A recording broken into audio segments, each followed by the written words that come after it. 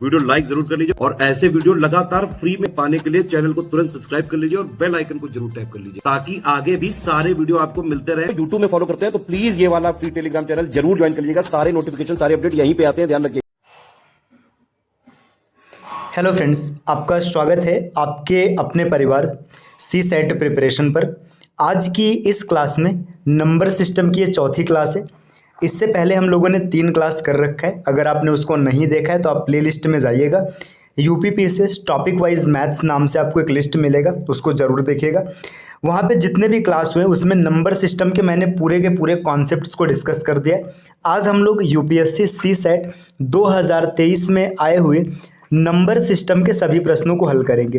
देखिए, आप किसी भी प्रकार के सिविल सर्विसेज एग्जाम की तैयारी कर रहे हैं तो उसमें सी सेट का रोल क्या होता है ये आपको अच्छे से पता है। और सी सेट की कंप्लीट तैयारी के लिए हमारे चैनल सी सेट प्रिपरेशन को सब्सक्राइब कर लीजिएगा और अपने फ्रेंड्स के साथ शेयर कर दीजिएगा। तो चलिए स्टार्ट करते हैं क्लास।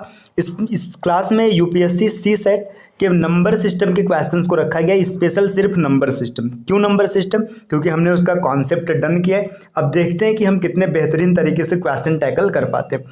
देखिए, अगर आप हमारी टीम के पैड ग्रुप से जुड़ना चाहते हैं तो ये टीम का नंबर है, आप इन नंबर से संपर्क कर सकते हैं। ये ज्ञान सर का व्हाट्सएप नंबर है। इसके अतिरिक्त आप हमें प्ले स्टोर से study for civil services application install करके भी फॉलो कर सकते हैं। तो चलिए अब आते हैं अपने क्वेश्चन पर। पहला प्रश्न आपके सामने यहाँ पर ये दिया गया है। क्वेश्चन क्या है? उस समूह को चुनिए जो अन्य समूह से भिन्न है। देखिए, ये यूपीएससी में आया हुआ प्रश्न है ना। ये आप यूपीएससी के सी सेट का पेपर अगर आपने देखा होगा तो ये क्वेश्चन आपने जरूर देखा होगा। ठीक, तो देखिए यहाँ पे आपको क्या करना है, आपको ये देखना है कि कौन सा भिन्न है। क्वेश्चन तो रीजनिंग का है लेकिन बिना नंबर सिस्टम के बेसिक पर आप इसको नहीं बना सकते। देखिए, इसमें अब अगर ध्यान से देखेंगे ना तो आपको क्या दिख रहा है? 17, 37, 47, 97 है ना। ये सभी नंबर्स आपके प्राइम है। ठीक, प्राइम है। इसी प्रकार से देखिए 31, 41, 53, 67 यहाँ पर भी सब प्राइम है ना। देखिए 71, 73, 79, 83 यहाँ पर भी सब प्राइम है। इसके बाद देखिए 83, 89, ये 97, ये 3 प्राइम है लेकिन ये कंपोजिट है। तो आप ध्यान से देखेंगे तो शुरू के सभी ऑप्शंस आपके प्राइम थे लेकिन ऑप्शन नंबर डी में एक नंबर कंपोजिट है, मतलब डी इसका सही आंसर हो जाएगा। तो देखिए ये क्वेश्चन है रीजनिंग का लेकिन इसमें मैथ्स का कॉन्सेप्ट अप्लाई हुआ है, इसलिए मैंने इस क्वेश्चन को यहाँ पर रखा हुआ है। और मैंने पहला क्वेश्चन इसको इसलिए बनाया ताकि आपको पता चले कि कुछ भी आपको मिस करके नहीं जाना है, हर टॉपिक पढ़ के जाना है। चलिए अगले प्रश्न पर आते हैं। क्वेश्चन नंबर नेक्स्ट देखिए, यहाँ पे क्या दिया आपको? ये दिया है एक नंबर है, इसका ये पावर दिया। आपसे पूछ रहा है कि जब हम इसका प्रसार करेंगे, इसको मतलब हल करेंगे तो इसका इकाई अंक क्या है। देखिए मैंने कॉन्सेप्ट में आपको सिखा रखा है कि जब कभी भी इकाई अंक की बात होती है तो हम पूरा का पूरा कैलकुलेशन सिर्फ इकाई अंक पर करते हैं। तो यहाँ पे सबको नहीं देखना है, खाली आपको इकाई अंक 2 देखना है। आप 2 लेंगे, 2 के पावर 9 गुणे 7 गुणे 5 गुणे 3 और गुणे 1। अब क्या इतना कैलकुलेट करके आपको पावर बनाना है? नहीं, ऐसा नहीं करना है। देखिए आपने पढ़ा होगा कि जब कभी भी पावर 4 से बड़ा होता है तो हम 4 से भाग देते हैं। तो 2 के पावर 4 से भाग देंगे, 4 दूना 8, यहाँ पे 1 आपको शेष मिलेगा है ना, गुणे। अब यहाँ पे देखिए चाहे तो आप शेष नेगेटिव भी रख सकते हैं। नेगेटिव आपने पढ़ा है ना, देखो हमारा रिमाइंडर 2 तरीके का होता है, एक पॉजिटिव और एक नेगेटिव। अब यहाँ पे अगर हम नेगेटिव रिमाइंडर के साथ जाएंगे तो 4 दूना 8, पावर आ जाएगा -1 गुणे 5। अगर इसको 4 से भाग देंगे तो पावर 1 मिलेगा।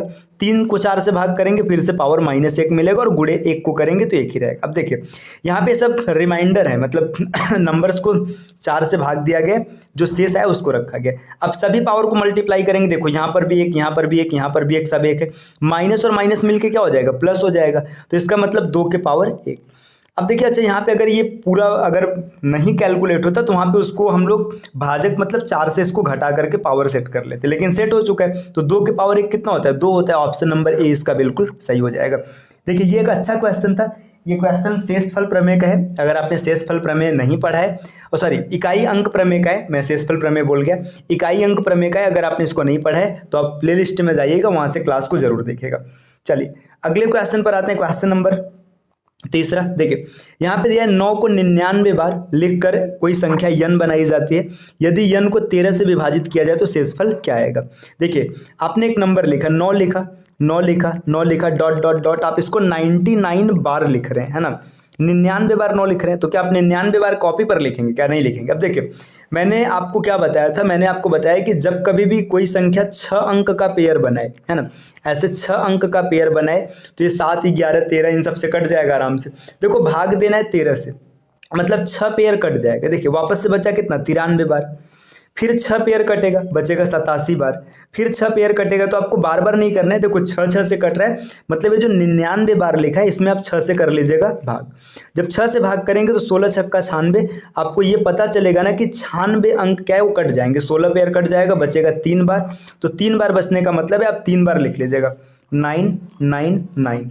अब इसको भाग देना है किससे, 13 से भाग देना है। जब 13 से भाग करेंगे तो 13 सते 91, है ना। इसके बाद 8 बचा, 9 उतर गया। देखो 13 सते 91। अब यहाँ पे देखिए रिमाइंडर आपका -2 आ रहा है। आपने शेषफल प्रमेय में क्या सीखा है, जब भी शेषफल माइनस आता है तो उसको भाजक में जोड़ देते हैं। जब 13 में -2 को जोड़ेंगे तो रिमाइंडर आ जाएगा 11। आप इसको डायरेक्ट भी कर सकते हैं, डायरेक्ट करने का मतलब यहाँ पे 6 बार ले जाते हो तो ऐसे ही 11 ही मिलता। लेकिन अगर ट्रिक के साथ आपको जाना है तो आप इस तरीके से आसानी से कर लेंगे। इसका ऑप्शन हो जाएगा ऑप्शन नंबर ए, बिल्कुल सही क्वेश्चन। ठीक, चलिए अब आते हैं अगले क्वेश्चन पे। देखिए यहाँ पे दिया है 87, 85 गुणे 87 गुणे 89 गुणे 91 गुणे 95 गुणे 96। इसको 100 से भाग करते हैं। देखिए ये नंबर है 85 इंटू 87 इंटू 89 इंटू 91 इंटू 95 और इंटू 96। इसको 100 से भाग करना है। जब 100 से भाग करेंगे तो परिस्थिति क्या आएगी, देखिए अब अच्छा देखिए जब भाग दिया जाता है ना तो शेष तब बचता है जब क्या होता है, आपका भाजक उस भाज्य को पूरा पूरा नहीं काट पाता। तो देखते हैं यहाँ पे भाजक कट रहा है कि नहीं कट रहा। देखिए 5 से काट देंगे इसको, 20 बार में आएगा, यहाँ पे बचा 17। ठीक देखिए फिर 5 से काटेंगे, यहाँ पे 4 आएगा और यहाँ पे बचेगा 19। फिर 4 से काटेंगे, ये 24 बार में कट गया। देखिए ये भाजक पूरा का पूरा कट गया। भाजक कट गया मतलब भाजक के अंदर ये क्षमता है ना कि भाज्य को पूरा काट देगा। तो जब भाज्य पूरा पूरा कट जाएगा तो रिमाइंडर बचेगा ही नहीं। रिमाइंडर कितना हो जाएगा, 0। ऑप्शन नंबर ए, है ना। क्वेश्चन देखने में जितना खतरनाक दिख रहा था उसको सॉल्व करने का तरीका उतना ही आसान निकला। चलिए आते हैं नेक्स्ट अगले प्रश्न पर। क्वेश्चन अगला ये रहा 7वां। 2 के पावर 192 को 6 से भाग देने पर शेषफल क्या आएगा, आपको ये बताना है। देखिए शेषफल प्रमेय का क्वेश्चन। अब शेषफल प्रमेय में आपने पढ़ा है कि जब कभी भी हमारा पावर 4 से बड़ा होता है ना, तो क्या करते हैं उस पावर में 4 से हम लोग भाग करेंगे, है ना। यहाँ पे 4 से भाग करेंगे और इसके बाद जो आपका रिमाइंडर आएगा उसको हम ओरिजिनल पावर बनाएंगे। एक तो तरीका ये होता है, दूसरा तरीका आप यूलर्स कॉन्सेप्ट भी लगा सकते हैं, उसमें पावर को धीरे धीरे छोटा किया जाएगा। तो हम इसी के साथ जाते हैं। देखिए अगर 192 को अगर 4 से भाग किया जाएगा, देखो 4 की विभाज्यता में आपको दिख रहा है कि 92 4 से पूरा पूरा कट जाएगा। जब कट जाएगा तो रिमाइंडर 0 आएगा। 0 रिमाइंडर आने की स्थिति में क्या होता है, पावर 4 मानेंगे। 2 के पावर 4, 2 के पावर 4 कितना हो जाएगा, 16 हो जाएगा। अब 16 को आप भाग देंगे 6 से तो 6 दूना 12, 4 आपका फिर से शेष बच जाएगा। इसका सही ऑप्शन होगा ऑप्शन नंबर डी, है ना। देखिए इसके अतिरिक्त अगर आप इसको मतलब बेसिक तरीके से सोचते तो आपका तरीका क्या होता है, मैं उसको भी करके यहाँ पे दिखा दे रहा हूँ। देखिए अगर आप इस क्वेश्चन को बेसिक तरीके से सोचते कि नहीं हमें एकदम बेसिक के साथ जाना है, या फिर मान के चलिए कभी ऐसा क्वेश्चन आ जाए बेसिक के साथ जाना है, तो कैसे करेंगे। देखिए 2 है, 2 के पावर है 192 अपॉन 6। देखिए 2 को आप क्या लिख सकते हैं, 2 को आप ऐसे लिख सकते हैं 2 के पावर 2 और पावर 96 बटे 6। ठीक, अभी मैं एक एक स्टेप करके दिखा रहा हूँ, आप डायरेक्ट भी कर सकते हैं। फिर आप लिख सकते हैं 2 के पावर, देखिए यहाँ पे ना 2 को 4 कर लेते हैं, रुके, क्योंकि ये स्क्वायर कर लेंगे 4 हो जाएगा। देखिए 4 का स्क्वायर फिर से करेंगे। अब देखिए जब 4 का स्क्वायर करेंगे तो इसमें से 2 निकला है तो यहाँ पे बच जाएगा ऊपर 48। बार बार ब्रैकेट क्या बना रहे हैं, देखिए 2 का स्क्वायर और यहाँ पे बच जाएगा 48, है ना, अपॉन 6। अब देखिए 4 चौका 16 हो जाएगा, है ना। 16 होने का मतलब अगर आप भाग करेंगे तो 4 रिमाइंडर बचेगा। जब 4 रिमाइंडर बचेगा तो फिर से देखिए यहाँ से 2 इसको काट के इसको दे देंगे। जब 2 काट के इसको देंगे तो ऊपर बचेगा 24, है ना। 4 चौका 16, फिर से 4 रिमाइंडर बचेगा, है ना, 4 रिमाइंडर बचेगा। फिर यहाँ से 2 काट के दे देंगे इसको, तो यहाँ पे देखिए 2 हो जाएगा, यहाँ बचेगा 12। 4 चौका 16, फिर से 4 रिमाइंडर बचेगा। फिर यहाँ से क्या करेंगे, फिर से 2 काट के दे देंगे तो यहाँ पे बच जाएगा 6, है ना। फिर देखिए 6 बच जाएगा। अब 4 चौका 16, है ना, फिर से 6 से भाग करेंगे, रिमाइंडर 4 बचेगा, फिर से 2 काट के दे देंगे, ऊपर बचेगा 3, है ना। तो देखिए 4 चौका 16, अब फिर से आपका रिमाइंडर 4 बचेगा। जब 4 के पावर क्यूब करेंगे तो 4 चौका 16 चौका 64, 64 को आप 6 से भाग देंगे, 10 बार में कट जाएगा, 4 रिमाइंडर आएगा। तो आपने इसको एकदम स्टेप बाय स्टेप समझा है, हमने एक एक पावर को ओपन करके इसको निकाल दिया कि इसका आंसर क्या आएगा। तो आप इसको ऐसे भी कर सकते हैं, बाकी ये काफ़ी बड़ा बन जाएगा, तो आप बेसिक के साथ जा सकते हैं, पावर को डायरेक्ट 4 से भाग कीजिएगा, जो आपका शेष आएगा उसी शेष को आप पावर बना दीजिएगा। चलिए आते हैं अपने अगले प्रश्न पर। अगला प्रश्न आपके सामने ये है, देखिए 9 अंक की किसी संख्या का प्रत्येक अंक 1 है, मतलब 9 अंक की कोई संख्या उसका प्रत्येक अंक 1 है, मतलब संख्या कुछ ऐसा है 1 2 3 4 5 6 7 8 9, है ना, ये संख्या है। अब इस संख्या का इसी संख्या से गुणा किया जाता है। देखिए सेम संख्या का गुणा होता है, मतलब स्क्वायर किया जा रहा है, स्क्वायर कर लेते हैं। फिर आगे क्या बोला जा रहा है, परिणामी संख्या के अंकों का योगफल। अब इसका स्क्वायर करेंगे तो परिणामी संख्या जो आएगा उसके अंकों का योगफल बताइए। देखिए आप इसको कैलकुलेट भी करके जा सकते हैं, बाकी आप ट्रिक भी लगा सकते हैं। अगर आप कैलकुलेट करेंगे, देखिए कैलकुलेशन क्या होता है मैंने आपको सिखा रखा है। जैसे जब कभी भी सभी अंक 1 होते हैं तो उसका स्क्वायर करने का तरीका क्या है, अंकों को बढ़ते क्रम में लिखना है जितने अंक है। जैसे देखिए 3 अंक है ना, तो 1 2 3 और वापस से घटते क्रम में 2 और 1, ठीक, ये तरीका। अब देखिए यहाँ पे अगर आप इसको देखेंगे तो 9 तक लिखेंगे, 1 2 3 4 5 6 7 8 9, क्योंकि 9 अंक है। अब घटते हुए 8 तक आ जाएंगे, 9 तो 1 आ जाएंगे, 8 7 6 5 4 3 2 1, ये इस पूरे का स्क्वायर हो गया, स्क्वायर हो गया। अब इसमें आप जोड़ के चेक कर लीजिए, देखिए 2 और 1 3 3 6 4 10 5 15 6 21 7 28 8 36, देखिए 36 इतने का सम आ गया। तो ऐसे इसका भी सम तो 36 होगा, 36 यहाँ 36 यहाँ, 36 और 36 कितना हो जाएगा 72, 72 में 9 जुड़ेगा 81, 81 इसका बिल्कुल सही ऑप्शन होगा, ऑप्शन नंबर सी। तो आपने तो ये एकदम बेसिक तरीके से किया, ठीक। इसके अतिरिक्त एक मैं आपको एकदम सॉल्व ट्रिक बता रहा हूँ, एकदम स्मार्ट अप्रोच। आप पल भर में आप इसका आंसर तुरंत करेंगे, क्वेश्चन देखेंगे तुरंत आंसर लिखेंगे। देखिए क्या तरीका है। अब यहाँ पे पहले ना मैं कुछ एग्जांपल से समझा के तब बताता हूँ। देखिए 11 का अगर आप स्क्वायर करेंगे तो 11 का स्क्वायर होता है 121। आप जोड़ के देखिए, देखिए 1 2 3, मतलब इसको जोड़ेंगे तो 2 1 3 1 4 मिलेगा। आप 111 का स्क्वायर करके देखो, 111 का स्क्वायर होता है 1 2 3 2 1, है ना। देखिए 2 1 3 3 6 3 9। आप एक चीज़ यहाँ पे समझ पा रहे होंगे, देखिए 2 अंक था तो 2 अंकों का स्क्वायर इसका सम हो गया, 3 अंक है तो 3 का स्क्वायर इसका सम हो गया। इसी तरीके से ना जब कभी भी ऐसा क्वेश्चन बने कि सभी अंक 1 हैं, उसका वर्ग करके जोड़ा जा रहा है, तो जितने अंक होंगे, जैसे 9 अंक है ना तो 9 का स्क्वायर डायरेक्ट 81। आपने क्वेश्चन देखा, सेकंड भर में आपको इसका आंसर मिल जाएगा, क्योंकि 9 अंक है, सभी अंक 1 है, स्क्वायर करके जोड़ेंगे, आंसर 9 9 81। बाकी आपने बेसिक से भी सॉल्व कर रखा है। चलिए अगले प्रश्न पर आते हैं। अगला प्रश्न ये है 9 को 99 बार लिखकर कोई संख्या n बनाई जाती है। अच्छा, ये रिपीटेड क्वेश्चन है, ठीक है। सॉरी फ्रेंड्स, आपने देखिए ये क्वेश्चन यहाँ पे अभी अभी किया है ना, ये क्वेश्चन यहाँ पर देखिए, ये आपने एक क्वेश्चन कर रखा है तो क्वेश्चन गलती से रिपीट हो गया, कोई वो नहीं है। तो आप चलिए इसको आप देख लीजिएगा यहाँ से। चलिए आते हैं अगले क्वेश्चन पे, है ना, 9वां रिपीटेड है। तो इसको अब ये पूछा जा रहा है कि कितने पूर्णांक ऐसे जिनको जब मतलब जिनसे 1186 को अगर भाग करेंगे तो आपको क्या मिलेगा, आपको 31 शेष मिलेगा। देखिए अब यहाँ पे आपको पूर्णांकों की संख्या बतानी, कितने इंटीजर्स कितने ये बताना है। तो अब एक चीज़ ध्यान दीजिए, जब भी भाग किया जाता है शेष कब आता है, जब आपका भाजक इस भाज्य को पूरा पूरा काट नहीं पाएगा। मतलब जब भाग किया जा रहा है तो हर बार 31 बच रहा है, इसका मतलब है कि आप इसमें से 31 घटा लीजिए। रुके मैं यहाँ पे स्पेस क्रिएट करता हूँ, फिर इसको सॉल्व करता हूँ। देखिए अब यहाँ पे हम लोग क्या करेंगे, देखिए 1186 में से 31 को माइनस करेंगे तो 1155 मिल गया। अब 1155 के कितने फैक्टर्स होंगे ये आपको मिल जाएगा, तो इस क्वेश्चन का आंसर मिल जाएगा। तो देखिए 1155 के फैक्टर्स आपको निकालना है। आप पहले इसको 3 से भाग कीजिएगा, 3 से भाग करेंगे तो देखिए 3 तिरिक का 9, 3 अठे 24, 3 पच्चे 15। फिर 5 से भाग करिएगा, 5 सत्ते 35, 5 सत्ते 35। फिर 7 से भाग कीजिएगा, 11 बार गया, और 11 से भाग करेंगे तो 1, है ना। देखिए यहाँ पे 11 है ना, तो 1 आ जाएगा। ये रुकिए 11 को सही से लिख लेते हैं। देखिए 11 से किया गया तो 1 आ गया। अब देखिए यहाँ पे अगर इसके फैक्टर्स को लिखेंगे, देखिए यहाँ पे इसका गुणनखंड 3 के पावर 1, 5 के पावर 1, 7 के पावर 1 और 11 के पावर 1। देखिए टोटल इसके फैक्टर्स कितने आ गए। यहाँ पे आप फैक्टर निकालेंगे a+1 b+1 c+1 d+1, 2 दूना 4 दूना 8 दूना 16 फैक्टर आ गए। लेकिन यहाँ पे तो 16 ऑप्शन है ही नहीं। अब देखिए इसमें है क्या, आपका शेष 31 आ रहा है, मतलब इसमें ना उन फैक्टर्स को नहीं रखना है जो 31 से छोटे हैं। क्यों नहीं रखना है? क्योंकि अगर आप उनको रखेंगे ना तो आपका शेष कभी 31 आएगा ही नहीं, क्योंकि जो शेष होता है वो हमेशा भाजक से छोटा होता है। तो चलिए देख लेते हैं कितने फैक्टर आपके 31 से छोटे हैं। देखिए सबसे पहले 3, 5, 7, 11, 4 फैक्टर तो ये मिल गए।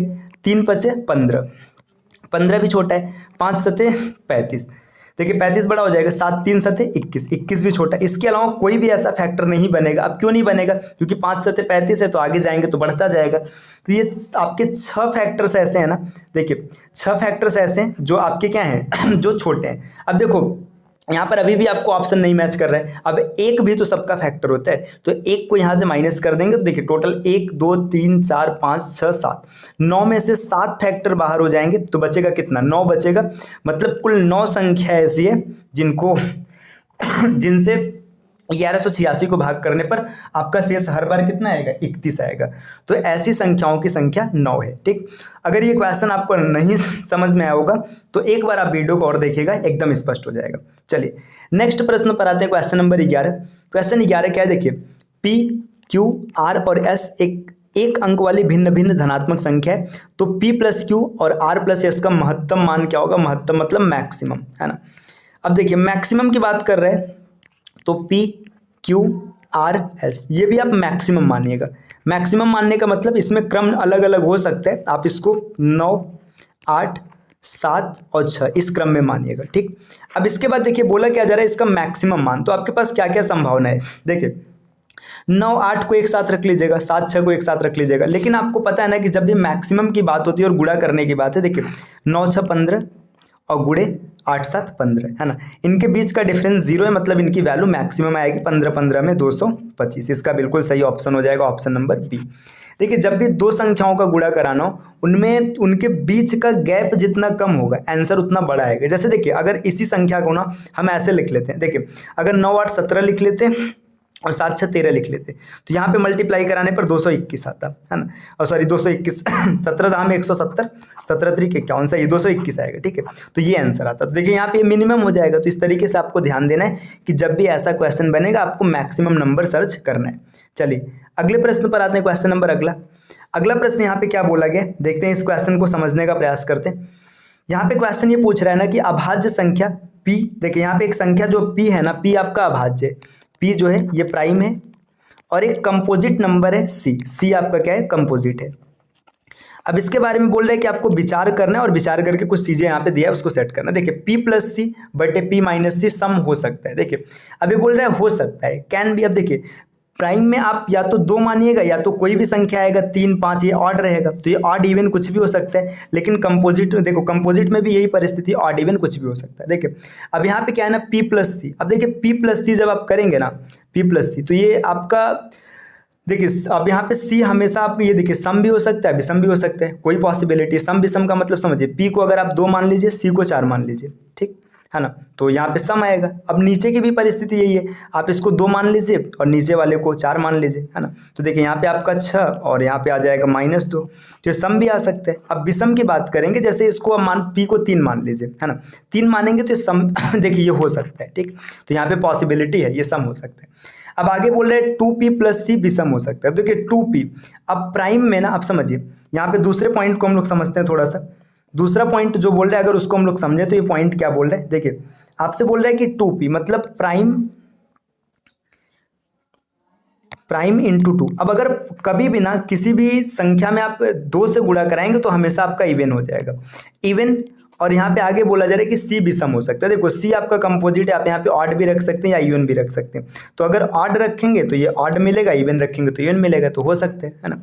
आगे पूछ रहा है P C विषम हो सकता है। देखिए P का मान आप देखो C का मान भी विषम रख सकते हैं, P का भी मान रख सकते हैं, ये तो ये भी हो सकता है। तो इसका सही ऑप्शन हो जाएगा 1 2 और 3, तीनों फॉलो कर रहे हैं। चलिए अगले प्रश्न पर आते हैं। नेक्स्ट अगला प्रश्न क्या है, यहाँ पे दिया 5 धनात्मक पूर्णांक P Q R S T में से आवश्यक नहीं कि एक ही क्रम में हो, 3 सम है और इसके बाद 2 विषम है। अब विचार करना है। देखिए यहाँ पे 3 ये देखिए इवन जो है, इवन की संख्या है कितनी, इवन की संख्या है 3 और ऑड की संख्या जो है वो ऑड की संख्या 2। अब आपको विचार करना है। देखिए P plus Q plus R minus S minus T ये निश्चित रूप से सम संख्या। देखो 100% ये आप इसमें ध्यान दीजिए। अगर आप 3 में जैसे इन तीनों को सम मान लिए तो सम का योग हमेशा सम आएगा, है ना। माइनस, अब यहाँ पे देखिए दो विषम का जो योग होता है ना, देखिए यहाँ पे मैं कुछ प्रॉपर्टी लिख रहा हूँ, इवन प्लस इवन ये हमेशा इवन होगा, ऑड प्लस ऑड ये भी हमेशा इवन होगा, ठीक है। इवन प्लस इवन ऑड ये हमेशा ऑड रहेगा, इवन माइनस ऑड ये भी हमेशा ऑड रहेगा, है ना। ऑड प्लस इवन, तो ये प्रॉपर्टी देखिए यहाँ पे तीनों इवन है, ये दोनों ऑड है, तो यहाँ पे निश्चित रूप से सम मिलेगा। आगे है देखिए 2p, अब देखिए यहाँ पे अगर आप इस यहाँ पे ऑड रखते हैं तो ये इवन हो जाएगा, है ना।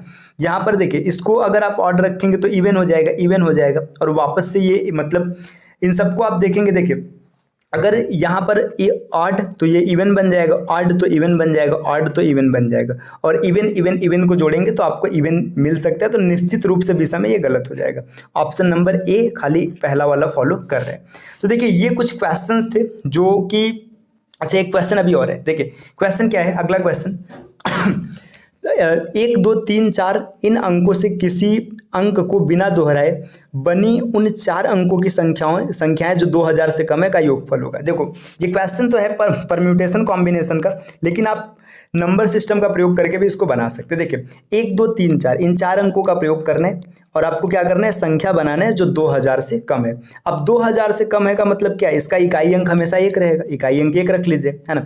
इसके बाद अब आगे की संख्याओं को आप कुछ भी रख सकते हो, तो हमने इसको 2 रखा, 3 रखा, 4 रखा, पहली संख्या ये है। दूसरी संख्या देखिए आपने 1 को यहीं पर रखा, 2 को यथावत रखा, 3 और 4 का पोजीशन आपने चेंज कर दिया, अलग संख्या हो गया। देखिए अब आपने 1 को यहाँ रखा, यहाँ पर 3 ला दिए, ये 2 और 4 एक संख्या ये है, 1 यहाँ पे 3 यहाँ पर, देखिए 4 और 2 एक संख्या ये है ना। अब आगे देखिए आपने 1 रखा, यहाँ पे आपने 4, ये मैं साइड में लिख रहा हूँ, देखिए 1 रखा आपने 4 कर दिया, फिर 4 करने के बाद क्या हो जाएगा, 4 करने के बाद यहाँ पे 2 और 3, फिर 1 4 3 और 2।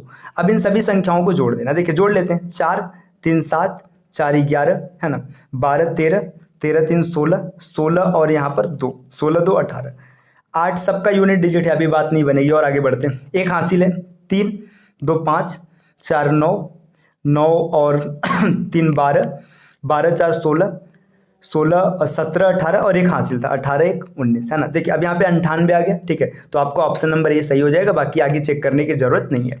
तो देखिए ये कुछ क्वेश्चंस हम लोगों ने टैकल किए जो कि यूपीएससी के सी सेट में नंबर सिस्टम के स्पेशल प्रश्न है ना। यहाँ पे हमने सिर्फ नंबर सिस्टम को रखा है ताकि आपको पता चल सके कि हम लोग की जो क्लास हुई है नंबर सिस्टम की वो कितनी फ़ायदेमंद आपके लिए साबित होगी। तो अगर आपने नंबर सिस्टम को नहीं देखा है टॉपिक वाइज तो आप जा करके पूरा देख लीजिएगा, मैंने नंबर सिस्टम पूरा डन किया। अब नंबर सिस्टम हम लोगों का ख़त्म हो गया, कल से नेक्स्ट टॉपिक हम लोग पढ़ना शुरू करेंगे, ठीक। तो चलिए स्टार्ट करेंगे कल से अगले टॉपिक पर, मिलते हैं नेक्स्ट टॉपिक के साथ, नए वीडियो के साथ। तब तक के लिए take care, bye bye and thank you.